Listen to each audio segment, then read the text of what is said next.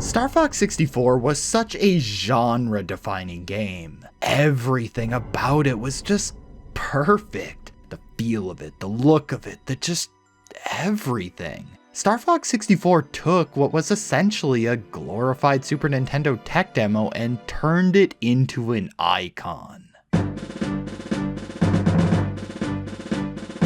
Everything was pointing to Star Fox becoming another massive pillar in Nintendo's software lineup. A series that would stand toe-to-toe with franchises like Mario and Zelda for generations to come. I for one seriously cannot wait to see how they follow up this absolute masterpiece of a game. I'm hungry. What the fuck? What the hell was this Zelda wannabe ass shit? Where's the R-Wings? Where's all the cool sci-fi elements? The fuck are these guys even saying? Kiaka Kyo! Touch weeds met just shoot Kuso! Now, if you were in the know back then, you probably had a pretty good idea as to what happened here. But for everyone else, this drastic genre shift probably came off as confusing and a bit disappointing. This is the follow-up to the critically acclaimed Star Fox 64? A Zelda ripoff? This doesn't even remotely resemble a Star Fox game at all. But that's because it was never meant to. In the mid to late 90s, Rare was on top of the world. They were putting out hit after hit for Nintendo with games like Donkey Kong Country, GoldenEye, Banjo-Kazooie, and Diddy Kong Racing. But that last game, Diddy Kong Racing, didn't always feature Diddy as the star. No, the game originally started out as Pro-Am 64, a follow-up to Rare's long-forgotten NES game, RC Pro-Am. Pro-Am 64 starred Timber the Tiger. Well, that is until Miyamoto came along and was all like, yeah, fuck the tiger, do the monkey guy instead. And so Diddy Kong Racing was born. Diddy Kong Racing! But Rare had become somewhat attached to Timber and wanted to try again at giving him his own game. This new game would go through many different iterations before eventually dropping Timber altogether and replacing him with two new characters, Saber and Crystal. Rare would then continue to flesh out the world and mechanics of this build until finally revealing it at E3 2000 as Dinosaur Planet.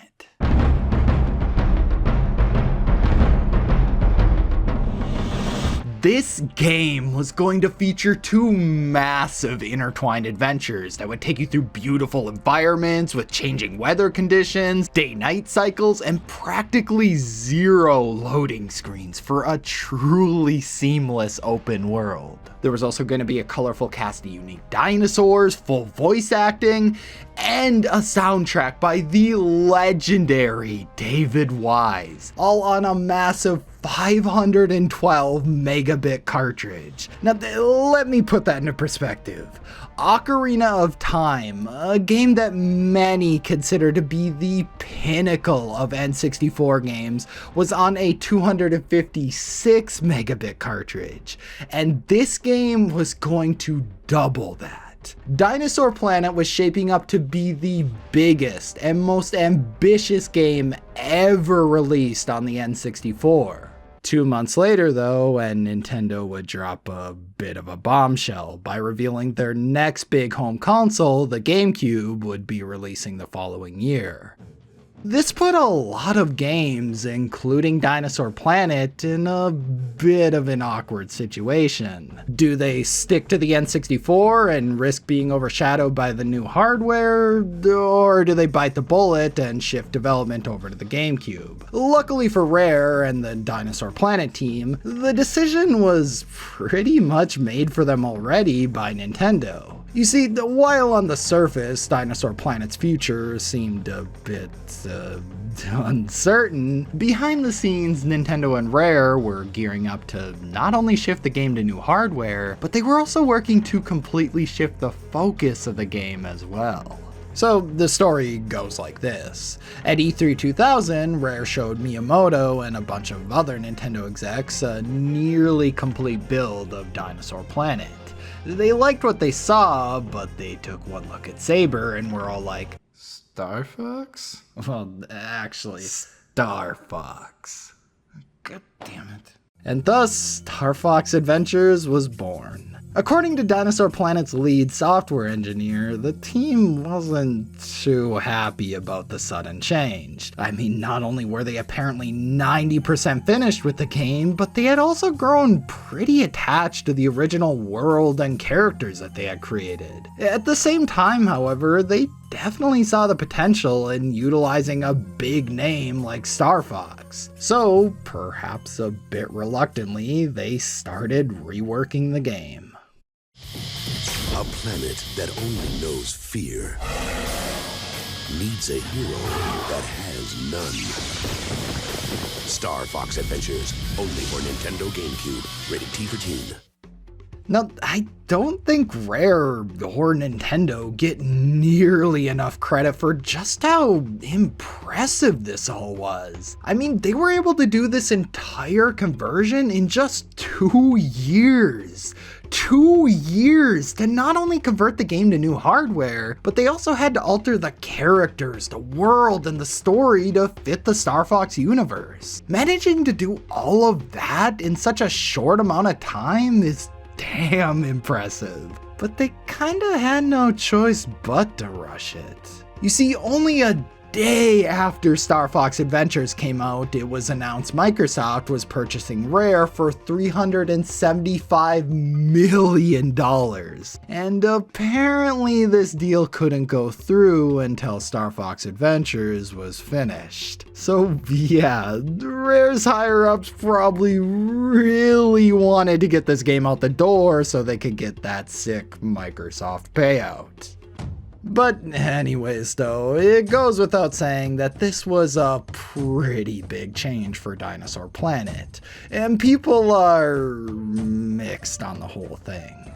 Some don't really care, but others are extremely disappointed by all of this and feel we were robbed of what could have been a promising new franchise from Rare. Now, I honestly don't know where I fall on the whole thing. I mean, I played Star Fox Adventures as a kid, and I remember loving it. But I can't deny I'm a bit curious of what could have been. I mean, it's easy to just say the game would have been better off as Dinosaur Planet, grass is always greener on the other side and whatnot, but unfortunately, we can never really know for sure, seeing as Dinosaur Planet is now lost to time. Hey, what's up? What are you, living under a rock? What? On February 20th, 2021, video game preservation site Forest of Illusion obtained a very late build of Dinosaur Planet and released it online for anyone to play.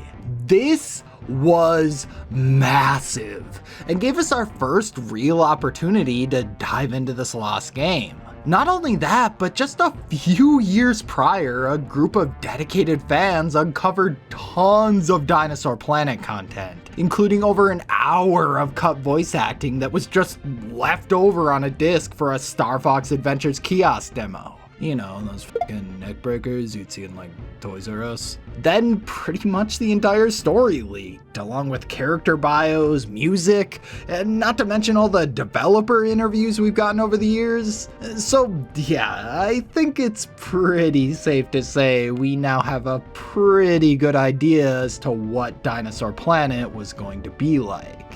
Now, when it comes to Star Fox Adventures, while I enjoyed it as a kid, I still remember it being a pretty flawed game. And a lot of people seem to agree, with some even claiming it turned out this way all because of the Star Fox conversion. But is that even fair to say? Was converting Dinosaur Planet to fit into the Star Fox universe really that detrimental to the game's quality? Or would it have turned out basically the same either way? Well, why don't we dive into some of this leaked Dinosaur Planet content and find out for ourselves. So booting up the leaked prototype immediately shows just how much of Dinosaur Planet made it into Star Fox Adventures, with plenty of scenes being basically the same between the two games. This originally had me thinking, did they literally just base Star Fox over this game and call it a day? Which, no, they weren't that lazy. But as we'll see later, that might have actually been at least considered at some point. So we attack the ship or whatever. This sequence is pretty much the same in both games, except Adventures has Crystal losing her staff. Or, I'm sorry, her Jakov. Anyways though, things take quite a turn once you actually make it onto the ship. In Adventures, you board the ship just for the hell of it, get a key, meet General Scales, get thrown off the ship, fly to Krazoa Palace, and then Crystal gets trapped in the crystal for the rest of the game. In Dinosaur Planet, however, you actually have a reason to board the ship, to save a pterodactyl princess named Kite. You then meet Scales, he gets shocked by lightning, good dumbass, and you hijack his ship to go to Krazoa Palace, which in this version is called Warlock Mountain. You then find out fairly quickly that Crystal was never meant to be just some damsel in distress. She's actually fully playable throughout the entire adventure. So yeah, like I said before, one of Dinosaur Planet's main selling points was the fact that it had two separate adventures for you to play. One with Crystal and the other with Saber. You could freely switch between the two using these big swap stone guys, and each character would come with their own travel companion and unique areas to explore. This was all completely thrown out during the transition to Star Fox Adventures. Saber was replaced with Fox and became the only main playable character, while Crystal was replaced with, well, she was replaced with Crystal, except this version of Crystal mostly just exists for Fox to get. This forced Rare to condense two full-sized adventures down to just one, and digging through the prototype makes it very apparent just how many compromises had to be made because of this. Boss fights, characters, and even entire areas had to be cut. Even the areas that did survive had to be severely scaled down. However, I kind of feel like this maybe wasn't the worst thing ever. You see, one of the biggest issues with Star Fox Adventures is just all the backtracking you had to do. Like, god damn! This was unfortunately an issue quite a few Rare games had back in the day, and it can get especially bad here due to each plot MacGuffin forcing you to backtrack through the same few areas before you can move on to the next. It's blatant padding at its worst. And by the looks of it, Dinosaur Planet was going to have this exact same issue. Except double the adventures means double the backtracking, baby! So the game's pacing is potentially an aspect that benefited slightly from the transition, though with this being an unfinished build, it is a bit unfair to judge it in this regard. But this brings up an interesting point. When it comes to the moment-to-moment gameplay, this really just feels like you're playing a super early version of Star Fox Adventures. They feel almost identical to play, with similar mechanics, puzzles, and areas to explore. So aside from the differences in pacing and a few scrapped areas, when it comes to gameplay, I really don't think we missed out on a whole lot. But honestly, that's only the tip of the iceberg.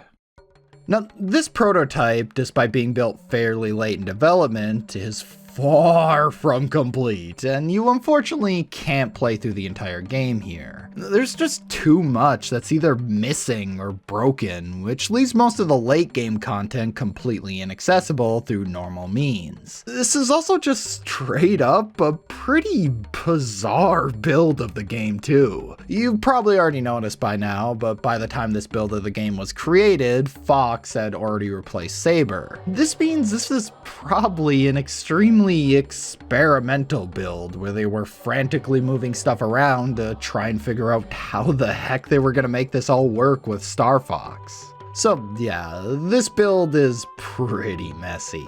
And because of that, there's quite a bit of content that can't normally be seen. Well, more than a bit, there's a lot of stuff here. Like, only a fraction of the game is actually playable without cheats or anything like that. But thanks to an amazing community of fans and volunteers, we can thankfully see a majority of what this prototype is hiding. Not only that, but like I said before, they also managed to dig up a bunch of other stuff as well, such as storyboards and even a condensed version of the plot. And this is where things get interesting. So, Star Fox Adventure's plot is basically just a Saturday morning cartoon. You've got Star Fox and his pal Tricky the Triceratops. Join them as they try to put a stop to the evil General Scales from tearing apart Dinosaur Planet. It's Star Fox Adventures. Check your local listings. It's goofy, a bit campy, but it gets the job done. Now, seeing as Dinosaur Planet shares the same plot MacGuffins and even some scenes, you'd think the plot would be mostly unchanged, but oh boy would you be wrong. Rare truly was determined to create one of the most ambitious stories ever seen in a game at the time.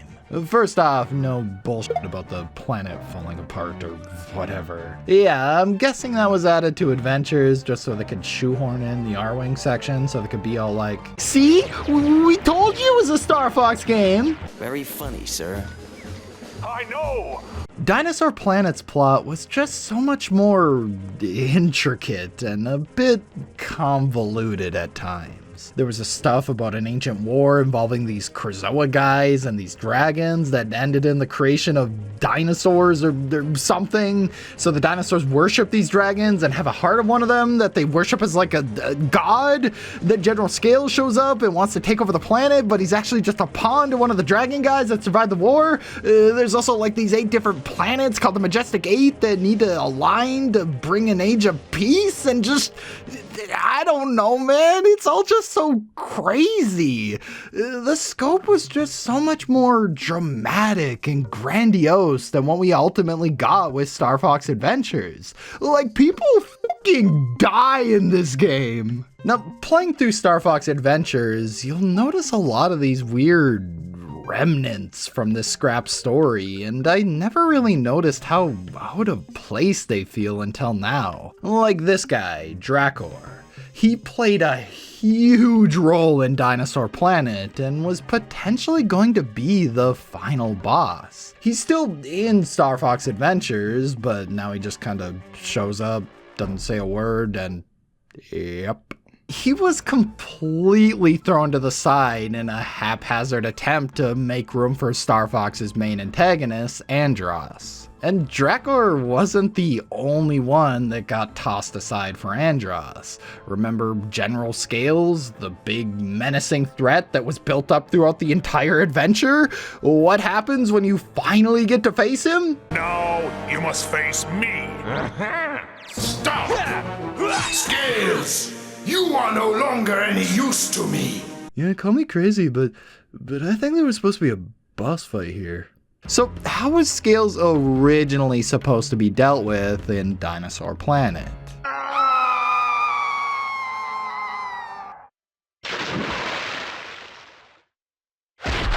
Holy shit, dude, he's fucking dead. Regardless, it's just crazy how much the story got absolutely butchered when they made the jump to Star Fox. They at least tried to save it though. The leaked Dinosaur Planet prototype has plenty of these awkward placeholder voice clips where they try to retcon stuff from previous Star Fox games in an effort to merge the two universes. Crystal, how is Fox? Fox is fine. He's just happy that you're alive. When Andros took his father, I blamed myself. If only I could have gone with the Star Fox team.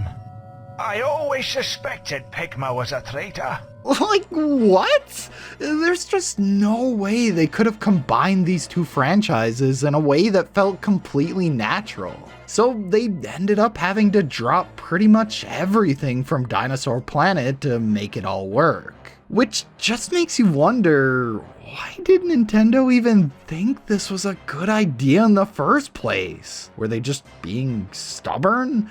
Or was it done in an effort to not lose the game to Microsoft in the impending Rare buyout? It's honestly kinda hard to say.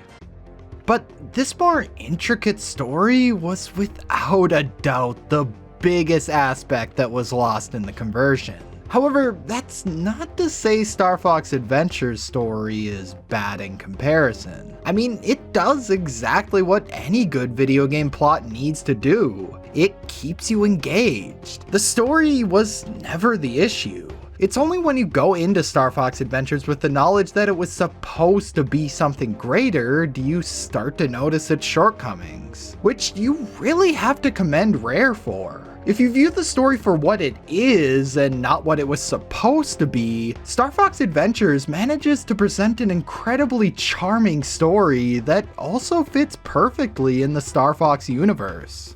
However, a story is only a small fraction of what makes a game compelling. Everything else is infinitely more important. The presentation, the pacing, the gameplay, and as we saw earlier, most of those elements were pretty much unchanged. Outside of its plot and a few additional areas, Dinosaur Planet is still very much Star Fox Adventures, just on the N64. And because of that, I don't buy into the idea that Adventures would have magically been a much better game had it stayed Dinosaur Planet. The issues with Star Fox Adventures run much deeper than that.